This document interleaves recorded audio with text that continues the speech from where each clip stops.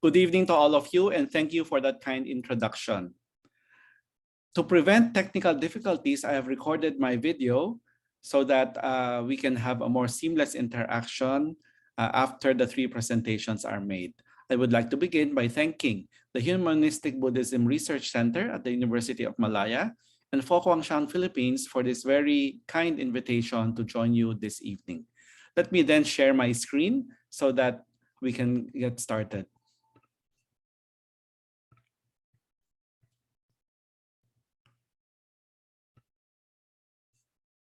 There we are. My role this evening is to talk about the tradition part in this title, Humanistic Buddhism in the Philippines, Tradition and Transformation.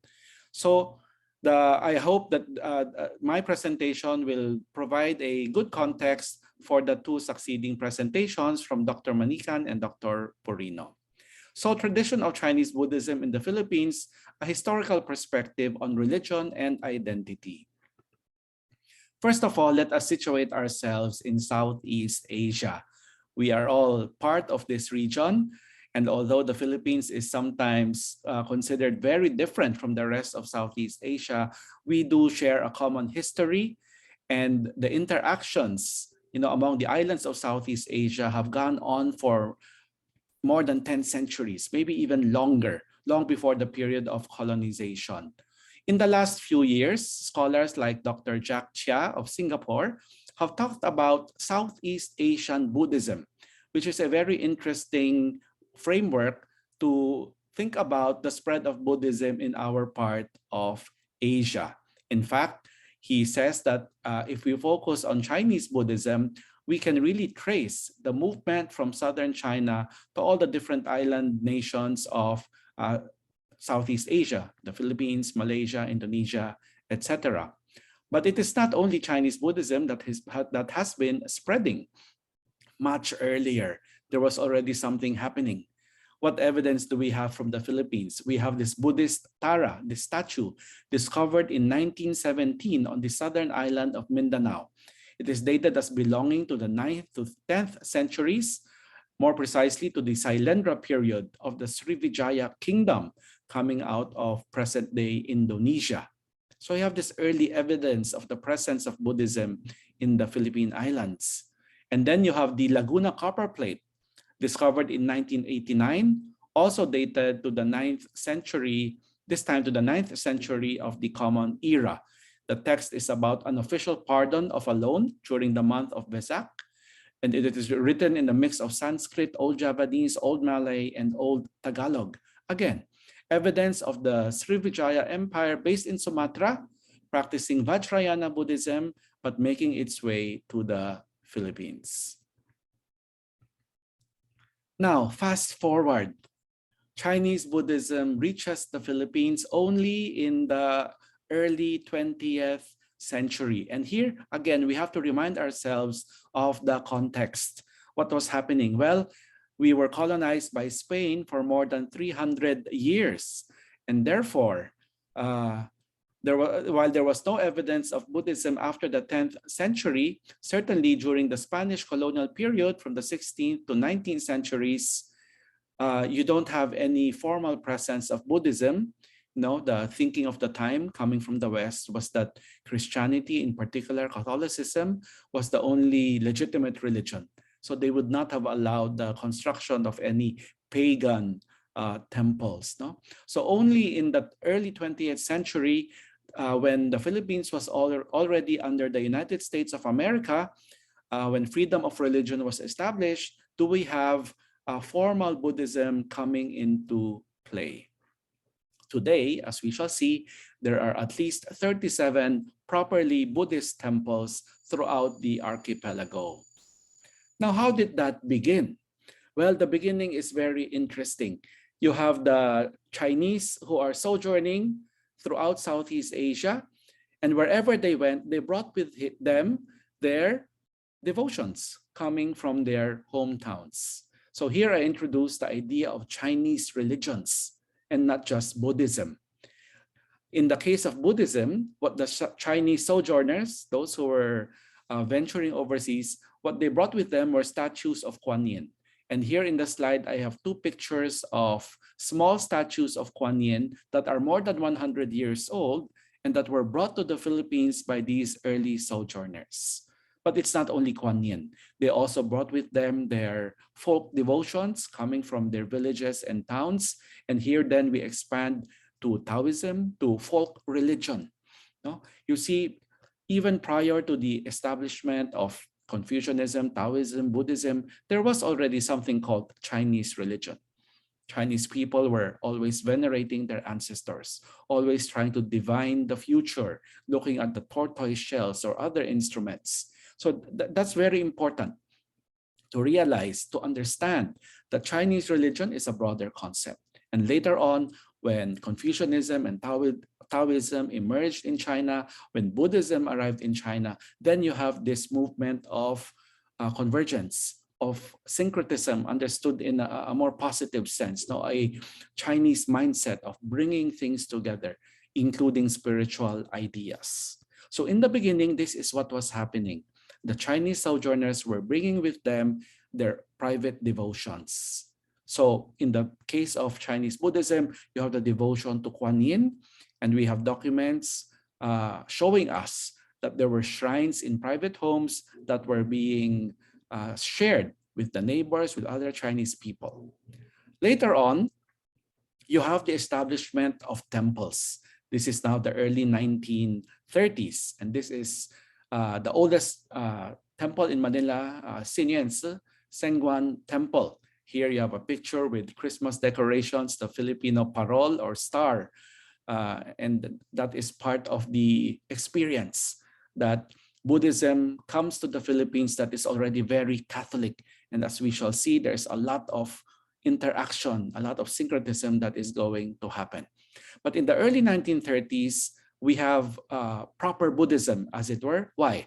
Because not only do you have the presence of the Buddha and the Dharma, but now you have the presence of the Sangha, because the first Chinese monk was invited from Xiamen, Nanpoto's temple, to come to Manila to establish this temple. It went through many changes. Through the war, there was a fire, but it exists to the present day, Senguan Temple. And it is now considered the center of Chinese Buddhism in the Philippines because it was founded in the earliest in the 1930s. The name of the abbot who founded it was Xingyan, from Shifu, from Xiamen, upon the invitation of local Buddhists. Over time, they have regular devotions for the laity. There is a hall for the name tablets of the deceased, and I will show you some pictures in a while. They also have a charity clinic, and here I mentioned that the network of monks in 20th century China is very, very important. Very briefly, I just want to mention that the Buddhist reform was underway in China with monks like Taishi, named in the literature even like as some kind of Buddhist pope, because he was trying to reform Chinese Buddhism and he was trying to bring together all the different Chinese Buddhist communities in China. That was not as successful as it could have been, but just to say that this idea of reforming Chinese Buddhism away from a focus on rituals for the dead to Buddhism in the human realm, which is the forerunner of humanistic Buddhism. These ideas were percolating in the 20th century in China, and the monks that came to the Philippines were very often students of the reform-minded monks. And that is why they did try their best to promote a Buddhism that is not focused only on the dead, but tries to be present and having an impact on Buddhism, on the lives of present-day Chinese. So the first temple in the Philippines eventually also founds a school, the Philippine Academy of Sakya. So now I show you some photos of Senguan Temple. This is the main hall of the three Buddhas. There is another hall for the medicine Buddha, where vegetarian meals can be served, for example, in the Chinese New Year after a service of reciting the 1,000 names of the Buddha. There is a monastic community present there, mostly from China. To my knowledge, there has been only one local Chinese who became a monk at this temple. You also have the Buddhist women, both nuns and the lay vegetarian women, serving not just at this temple, but in many other temples. They have a shrine to Guanyin, the thousand hands, thousand eyes Guanyin. This is the hall on the ground floor where many of the private and lay devotions are held.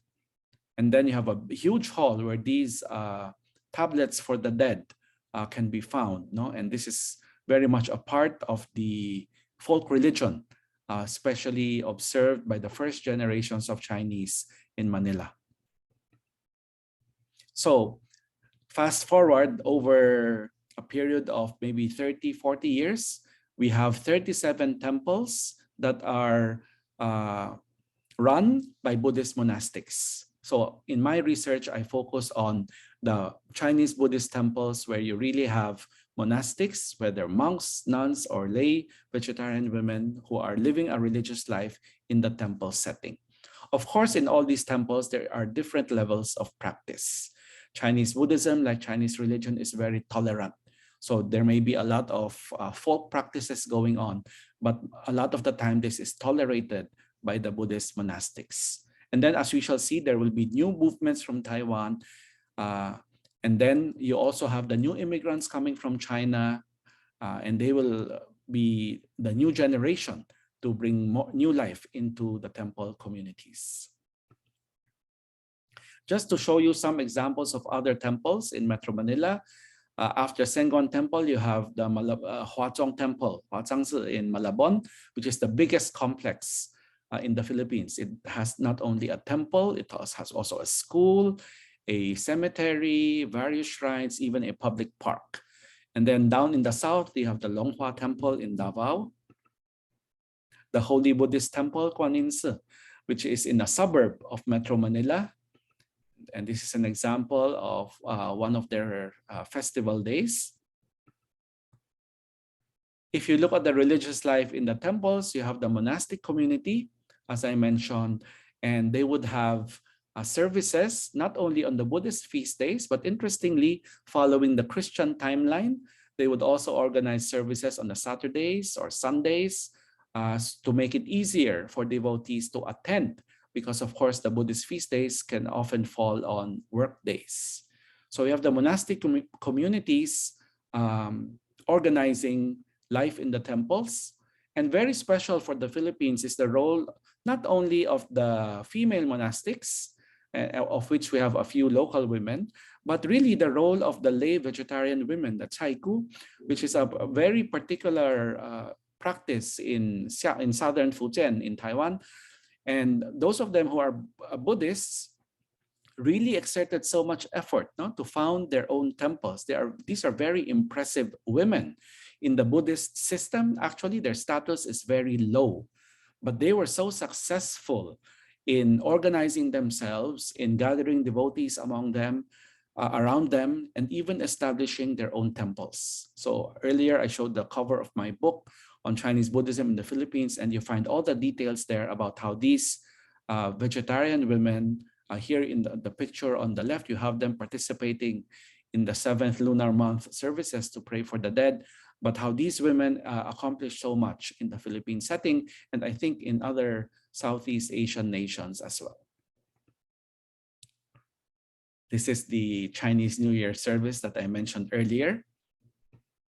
You have meditation groups. So, in every temple, you will have the popular practice, people coming out for their own devotions, lighting the first incense on the 1st and 15th of the month during the Lunar New Year. But you also have meditation groups, people who are more educated in Buddhist doctrine, Buddhist teaching, and who are really practicing meditation.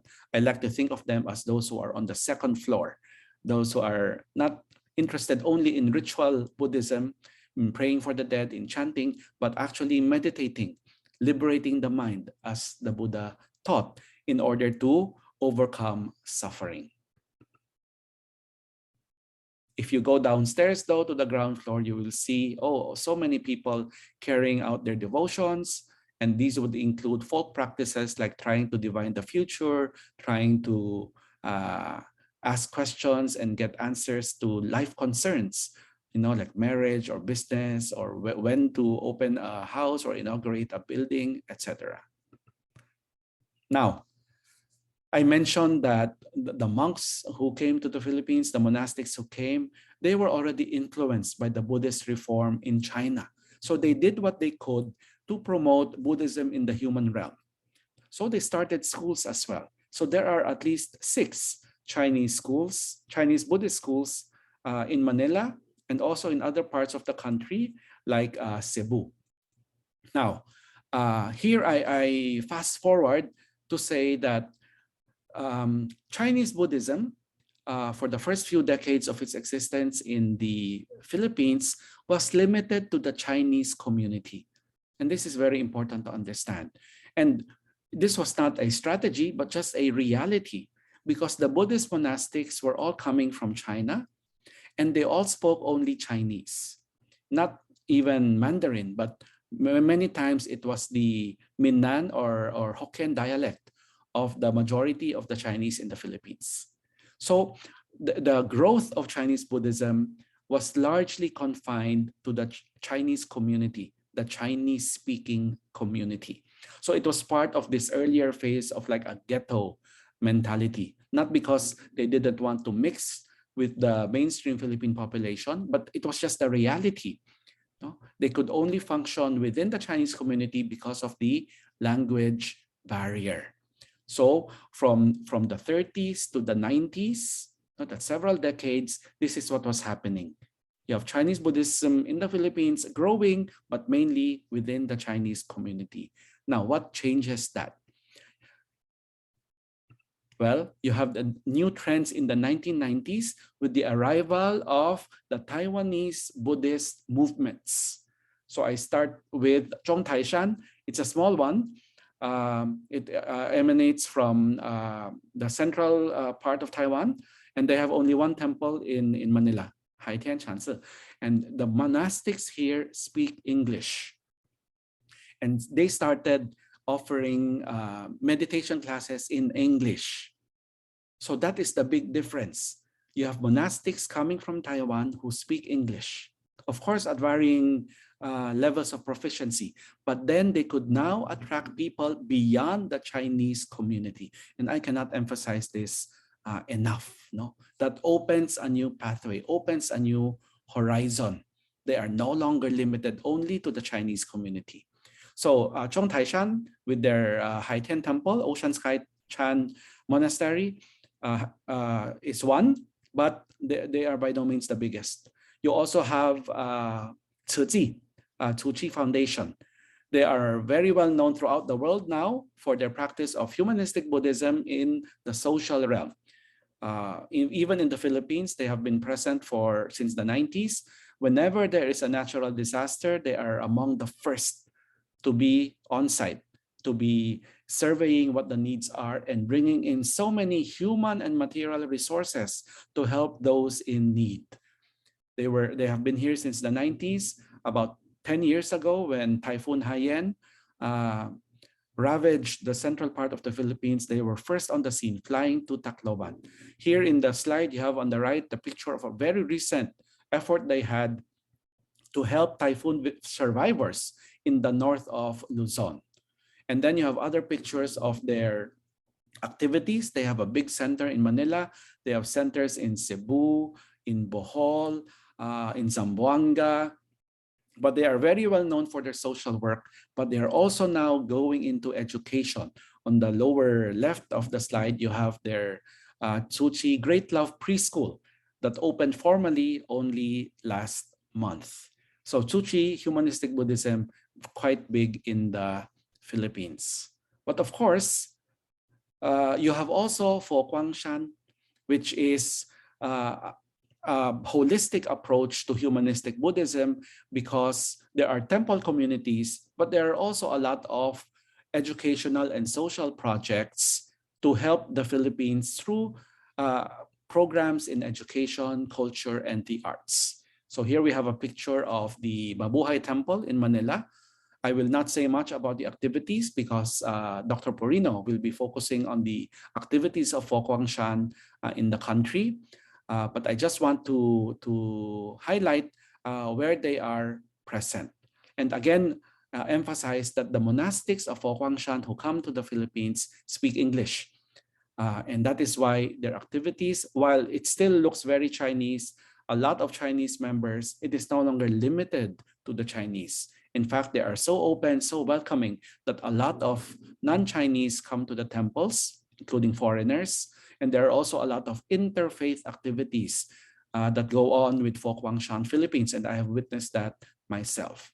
What is important here to note is that during traditional Chinese Buddhism, during that period of decades old practice where Chinese Buddhism was operating among the Chinese community, then Chinese Buddhism was a marker of Chinese identity.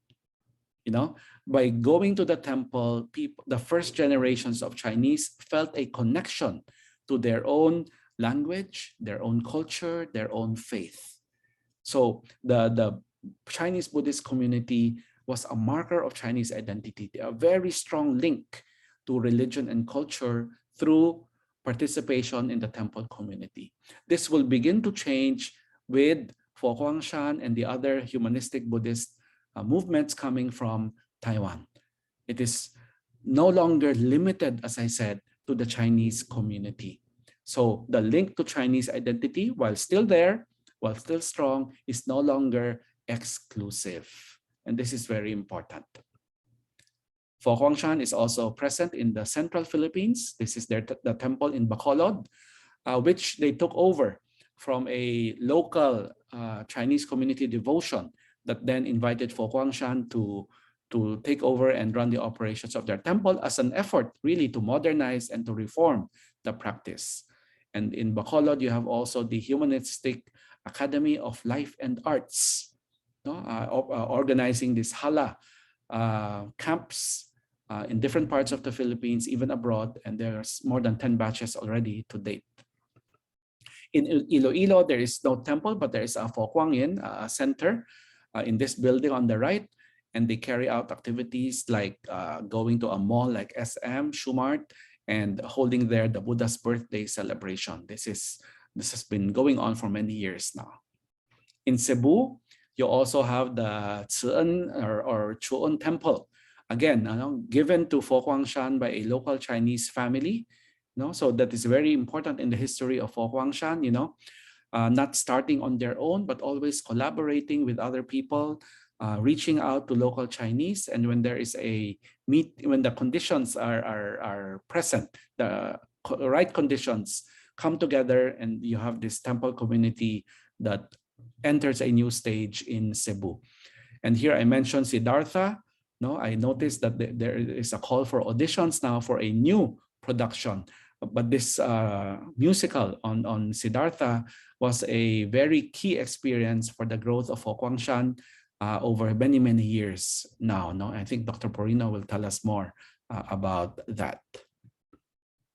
Now, Kwangming College is also a very exciting project of Fo Guangshan, already several years old, started in a small way in the Mabuhay Temple in Manila, but now with this beautiful campus in Tagaytay, just a few hours south of Metro Manila, offering now undergraduate and senior high school degrees, not only in Buddhist studies, but also in life education, sports science. So again, these efforts in the work of culture and education really bring the tradition of Chinese Buddhism in the Philippines to a new level, and it is really so exciting. Now, going back to the theme then of identity and religion, I need to share also with you that because the Philippines is a predominantly Catholic country, and because the Asian or the Chinese mindset is not very exclusivist, then we have the reality of Chinese Catholics trying to bring together their practice of folk religion, of Chinese Buddhism, and Catholicism. So here you have a picture of a private domestic altar in Manila. And what do you notice? You have the Bodhisattva Guanyin, and right beside her is the Virgin Mary, the mother of Jesus, here under her title of Our Lady of Fatima. So you have this kind of thing happening. And this example shows us very visually what is going on, that people like to put things together. No? In religious studies, sometimes syncretism is a negative word, or like it's a bad word, because they say it is mindless. It is there is no rigor. You just keep bringing things together. But in my own research and analysis, maybe we have to recover the meaning of syncretism. Not so much because it is a bad word, maybe that is a Western perspective, but simply to say that the Chinese mindset, the Asian mindset likes harmony, likes to bring together. And this is the reality. This is what people are doing, right? So when they say that Guanyin is just like Mary, Mary is just like Guanyin, that Mary is the Catholic version of Guanyin, or Guanyin is an emanation of the Virgin Mary. You know, depending on how you frame it, it can go both ways. That the Catholics try to integrate Guanyin into their system, or the Buddhists, the Chinese, try to incorporate Mary into their system. So then in my research, I met many people who talk about being Buddhist Catholics. No? That maybe officially I'm a Catholic, I'm baptized, I go to church. For all the important life events, I may go to church, but I continue with some level of practice of Buddhism. Okay, so this kind of syncretism is very, very common, right? Now, religion and identity. Here I show you a picture of the Chongfu Temple. This is a folk temple inside the Manila Chinese Cemetery. Again, you have syncretism. You see at the back, in the center there, you have a crucifix, the way you would find it in a Catholic church. But in front, you have the Bodhisattva Tsitigarbha, the one who is in charge of the underworld, the one who is praying for all the dead, and therefore the central devotion to him, especially in the cemetery where you have prayers for those who have died. So part of the identity, therefore, of many Chinese, especially the overseas Chinese, is this effort to localize, to integrate, to bring together their religious practice. And one of the analysis points I bring to the fore is that the Chinese mindset, the Chinese propensity to expand, to include, finds a unique expression in the Philippines when it incorporates the Catholic devotions. So you will find not the Buddhist temples, but you will find folk temples, for example, in the Philippines, where you have statues of the Virgin Mary or the Catholic saints. No? In terms of Buddhism, what you have is private devotions. Of course, you don't see it in the temples, but in private domestic shrines or altars, like the one I showed you earlier, you have the bringing together of Buddhist devotions and Catholic devotions. So that is the tradition, that Chinese Buddhism came to the Philippines through the invitation of lay devotees. It has grown to almost 40 temples, but the turning point was really the coming of orders or movements from Taiwan, where there was less of a language barrier, less of a focus on the Chinese community, and really a great effort to expand and to be present in mainstream Philippine society. The language barrier was broken. The idea of humanistic Buddhism was introduced in a much bigger way, and there was a shift away from temple practices to social projects in education, in culture, in disaster relief, in social work. And this, I think, has resulted in the emerging localization of humanistic Buddhism in the Philippines. I say emerging because although it's been about 30 years that humanistic Buddhism has been in the Philippines, if we take the long view, then this is still early days. There are so many exciting things going on in these various areas of life that I think humanistic Buddhism will continue to grow in the Philippines and continuously interact with the Christian, in particular the Catholic population, and who knows what good and new things will emerge out of this synergy, this convergence, this collaboration, so that people can work together to create a better world. So I end my presentation here and turn over to the other two speakers and look forward to a enriching discussion afterwards. Thank you very much.